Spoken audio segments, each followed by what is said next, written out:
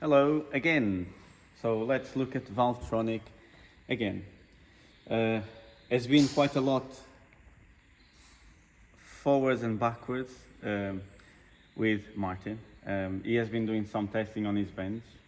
I'm not sure how he's executing his test, but I'm going to do another video, and this is especially for you, Martin, so you see the way I'm doing everything, so you see the way I get my results. It's stock Valvetronic arm, your Milvs, so we can see here, it's Martin's Milvs. The machining is gorgeous machining. The holes have been changed, and you can see it's pushed all the way forward into the stopper there. And now we are on the stopper as well on the eccentric shaft. Okay, I already have some numbers here. I'm writing everything, doing the new tables, I'm measuring it. So I just want to come clean with this. Martin, great idea on the washer under the thing. Allows me to exchange this super easily. Beautiful. Excellent design. So at the moment, the gauge is at, let's focus, 0.02 mil. This is nothing. This is like hair thin. I'm going to rotate the cam to the maximum lift in here and see how much lift we observe in here. This is only a test cam, test head. We're not worried about scratching the cam or whatever. This is only for purpose of testing exclusively. I'm going to set this to just 0, so you guys can see it's 0, and I'm going to rotate it. I need to rotate the camera a bit more. And now, yeah, we're starting having some lift. So if you want to come this way and see how much lift we're going to be getting. So I'm already lifting it. It's going.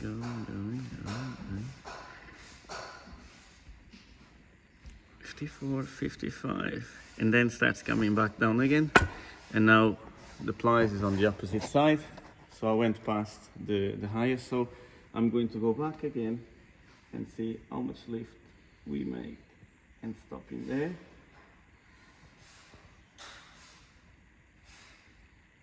"33, 41, 44, 46, 51, 53, 54. Yeah, we've seen a maximum of 9.54. And now I'm going to release it fully and make sure we are down to 0 again. And we are 0. So the lobe, as you can see now here, it's completely off the eccentric shaft. So we have that lift. Now I'm going to change this for a stock one. João, if you don't mind holding. Yes. Where did I put the stock? Milvs. Now the washer is under the spring, so I can comfortably just take this off. I will just release this on the eccentric shaft. I'm just releasing this so there's no pressure, and I can safely remove the Milvs.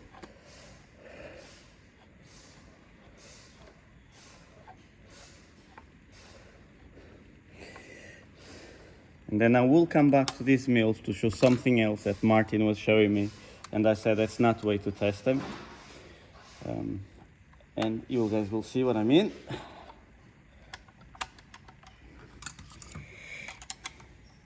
Now, this is a bit tricky to pull out because there's some pressure from here. That's it. It's out. Need to get a stock Milv. I had one here, but I think I put it away already. Look.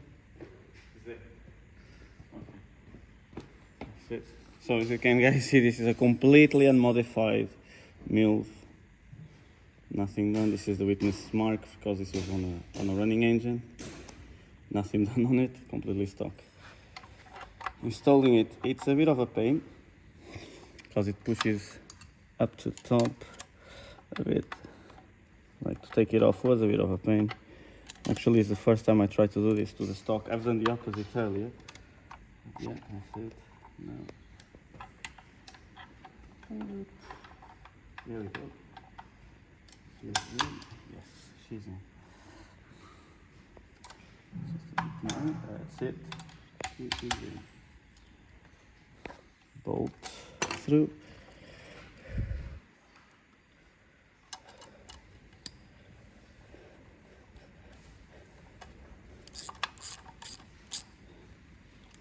Done. So she's fitted. It's only one bolt, doesn't need to have both. Everything is as it should. Pushed against, everything done the exact same way.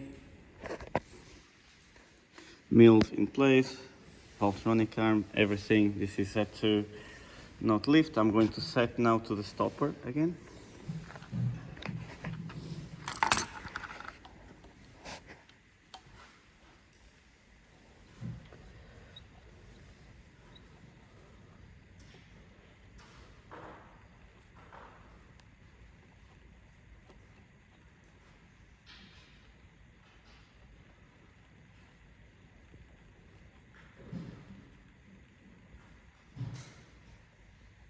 And we are there. As you can see, it's on the stopper there, so all is the same.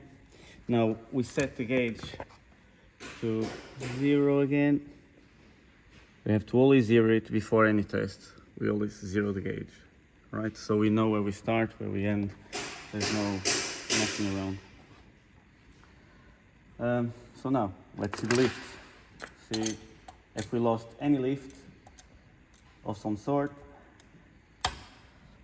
Just for clarifying things, we must use a solid lifter on this, or compress the lifter so it doesn't give way. It's the only way to test it, because when they are pressurized with the old pressure, that's why they are hydraulic, they don't move, they are solid, okay? So just to clarify that. Now let's see how much lift we have. Now this is on the right place. Let me just make sure still it's at 0. And again, let's move a little bit. That's it, 0. You can see 0.01, but then it goes to minus anyway. That's fractional, doesn't really matter. So rotate it. And now, yeah, we start to have a lift in here. So if you want to come in video here, where we start, till how much lift we go. 8, 9.57, 9.66, 9.61. So the maximum lift we've seen was 9.66, and then I start going and starts decreasing. So it's on the opposite side now. So go back again. That is it. So fully released, fully open. So as you can see, lift change was like, well, I don't need to say anything. I think you guys seen how much lift it was earlier. So that's how much lift the Milv have had. Now I'm going to put the Milv again and show something. So the reason why this is a bit tricky to understand is because people are looking at things and thinking, right, but it's pushing the valve down. That's how it works. It's like, so how come if it's lower the Milv, it doesn't gain any lift? It's very simple. So the Valvetronic system itself, it doesn't work on a vertical axis, works on a horizontal axis. So if you look at the shape of this, you will very quickly understand that. And I'm going to take all the lift off, so you can understand the motion of the thing better. And you'll understand why there was no gain in lift, or change in lift if you want. There's also other things that we have to look at the things in full detail. So for starters, let's look at the shape of the eccentric shaft in here. And when we request for more lift in here, this shaft is the thing that is rotating. You see, so starts coming, and just, you can go in here, which you see better. it starts pushing this arm outside. So as I'm rotating, starts pushing it out. So if we started pushing the arm down, it will end up on an area that the eccentric shaft doesn't have quite the same height. Therefore, you reduce lift, right? So one of the things on the Milvs, as you can see, this area is machined. So this makes it sit slightly lower. So any advantage it could have by ramping this better is straight away cancelled by the fact we just have moved the shaft itself to an area where it will have less lift, so it's a smaller part of it. Now, again, I'm going to remove this and show something else. So just take all the lift away. I need to find a connect here power supply so I can turn it easier. It's not like it's hard, it's just I'm only joking anyway. So take this one off. Off it goes.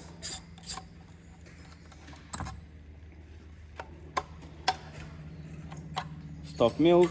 Again, just to confirm, there's no machining here. This is just the witness mark from going against it. It's like, I could measure it if you guys want.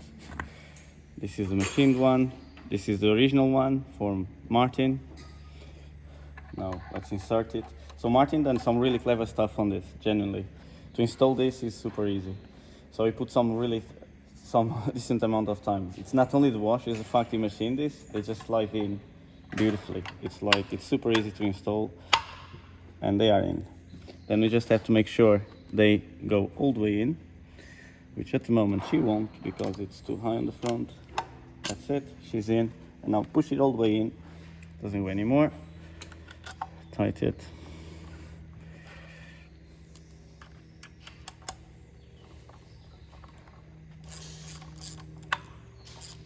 She's in. Okay, let's zero this again. Now it will take some time because the hydraulic lifter still is compressing. You see that's changing? So it's the spring itself fighting against the thing. So you need to let it rest completely, and when it's stable, I can stabilize it quicker if I just start moving the cam. Now it stopped, which means it's fully compressed. See, now it's stable at 0. This is why you cannot really trust hydraulic lifters unless they are really all the way pushed down. Now, let's do something. So Martin sent me a video where he placed a screwdriver between this and the rocker arm, and of course it was pushing the thing down, giving it more lift. But were you really gaining lift, or you were just leaving the valve open? Now that's the thing we're going to see. So at the moment I need to give it the lift. Rotate this again. Again.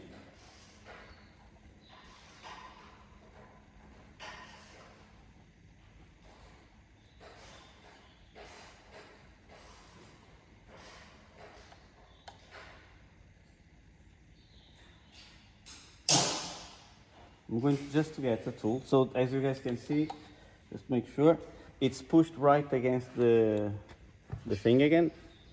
You can see it's on the stopper. There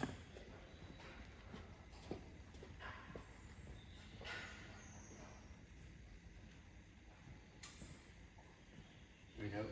Feel a gauge. So Martin put a screwdriver, it exaggerates the movement, but I'll have to put a feeler gauge because I want to have the full motion again of it. So just find one that you will notice. For starters, I'm going to reset this again. Because is it? Yeah. Done. 0. Let's put this 0.4. Okay, this is 0.4 mil. It's quite noticeable. So I'm going to put this on high lift, on the highest area of lift. 8, 9, 2, 3, 9, 4, 9, 5, 9, 5, 955. Boom. 954. Okay, that's it. Now, I'm going to force this in there, and now we will see more lift in there, and we'll be like, yes, we just gained more lift, so the mills actually work. And I'll show you, it doesn't. So by the way, this is not a hate thing on the mills. I generally contacted Martin a long time ago when I was developing, not that long ago, when I started again developing the things for this, because I wanted to put mills. Everyone claimed gains, but the way we work, we don't just fit a part without ever testing it, so we decided to test it. It's like whoever has them fitted, good. It's not a bad thing, doesn't do any harm to anything. But in the claimed gains, it's not really what it is, or what people think it is. I just need a tool to help me put a gauge in it.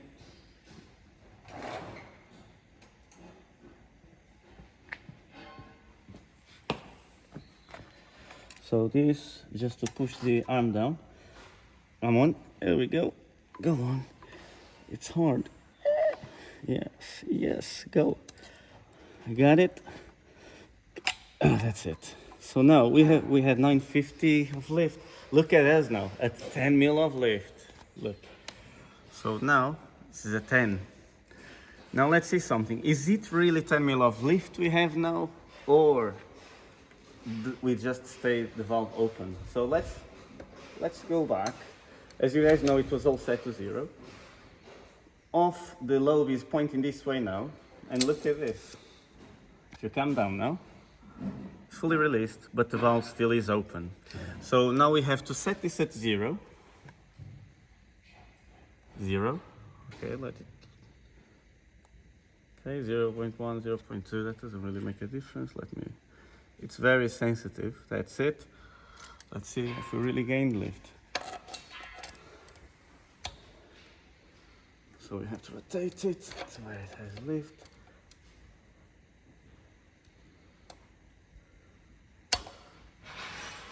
And we go 4, 5, 6. Do you mind coming here to video this, please? 8, 8, 5, 8, 7, 9, 9, 3, 9, 3, 7. Oh, we lost lift. How? How did we lose lift? Again, very simple. So you just changed the area where the arm itself is mounted. As you can see, it's down to 0 now. So that's how you measure the lift.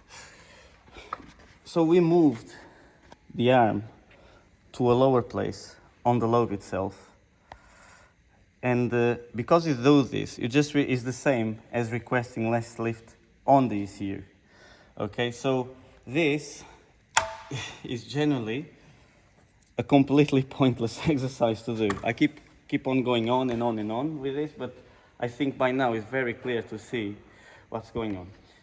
Generally, for you guys to understand better, let's look at it once again closer, so you understand the lift on these cars is not through the motion pushing down.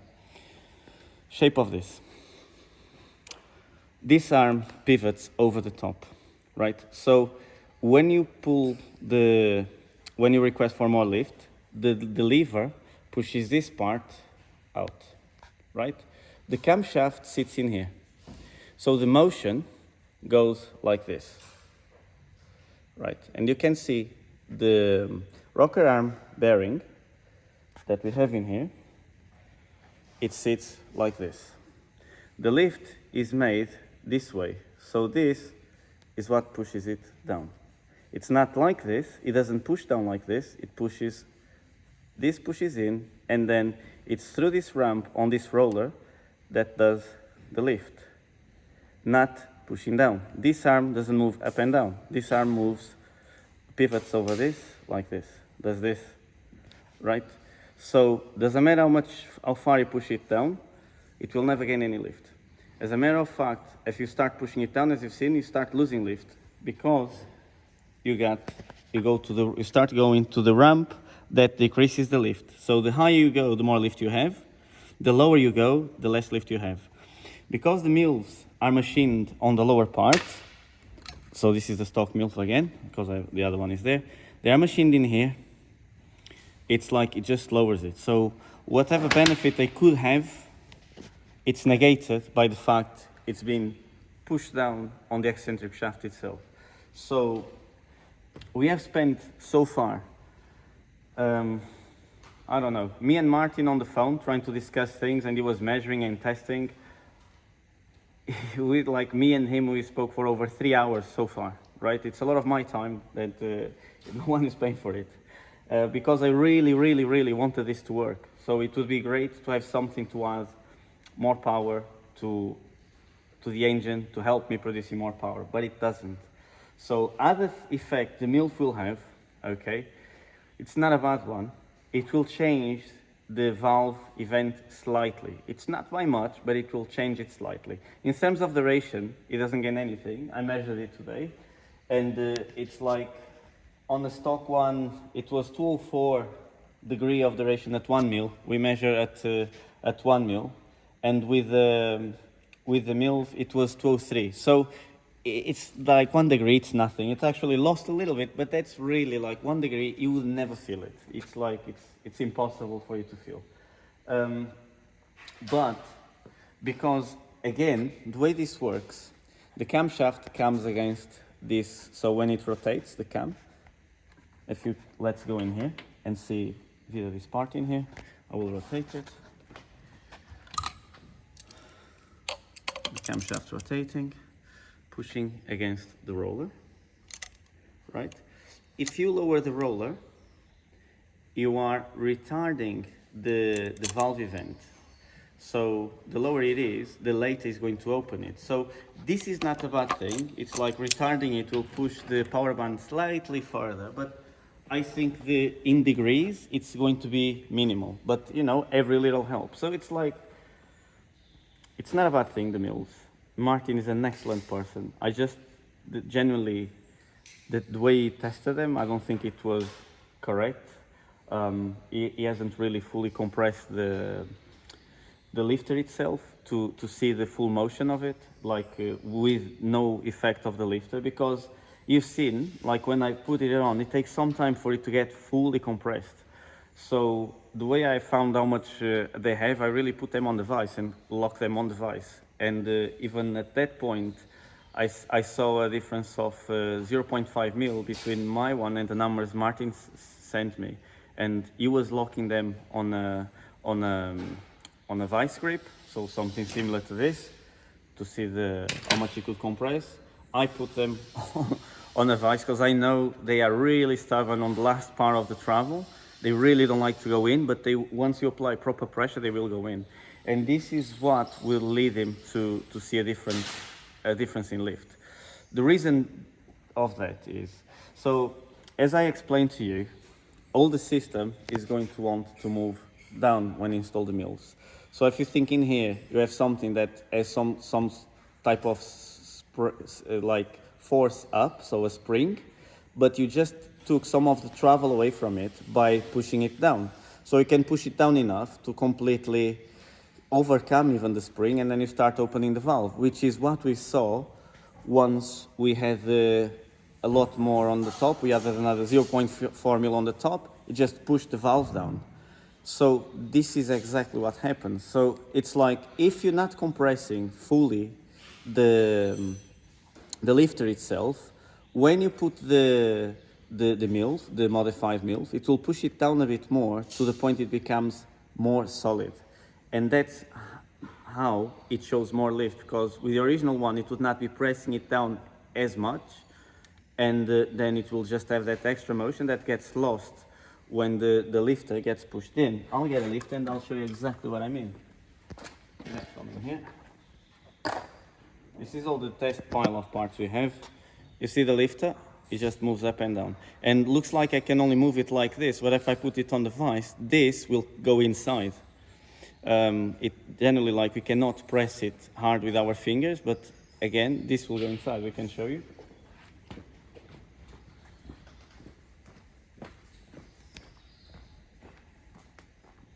You see, like, by hand, again, I can only press like this, but you'll see in here. I push it, and then you'll see all of that has gone completely inside. You see how much more it went in? So this will only happen when you put proper pressure on it, but then you release it and it goes back. So When it's only like this, it looks like, oh, it's fully compressed. No, it still has more to go. And this is like 0.5 mil. And this is the difference we were seeing, right, on the Milvs testing. So that's the thing, it's like all the small things make a big difference on testing. It's generally a testing mistake that was done. It was not something done intentionally, for sure. As I said, Martin is a very clever person. He's a really, really nice guy. I did spend a lot of time talking with him, and this has been at some points a bit frustrating because I didn't see him understanding the way the system fully works, and by adding things and sending me videos, it's just like, no, it's not. I couldn't tell him he's wrong, but it's at the same time it's not right. It's not the way to test the system. So this is it. And again, it's not a hate video. It's a well-made part. It's generally really well made, but the testing that was done on it was not done the quite right way. So just to make things a bit clearer, took me, I don't know, around 6 to 8 hours to fully understand how Valvetronic truly works. And I needed the Milvs to understand it, to be honest, because like I wouldn't look at it in such depth if I didn't have the Milvs and I didn't try to understand why it didn't work. Because as I said, I really wanted them to work because it would make my life easier, just like a cam upgrade with just a 200-pound part, which is like, it's a great thing. But unfortunately, this is the result we've seen. I'm not sure if this video is ever going to go public or not, but if it is public, if you see this, again, it's not a hate video. I don't hate all the Milvs. Martin, great, but this is the result we found. Okay? Stay safe. I hope you understood everything. If you didn't, the video is not for you then. So as simple as that. Thank you.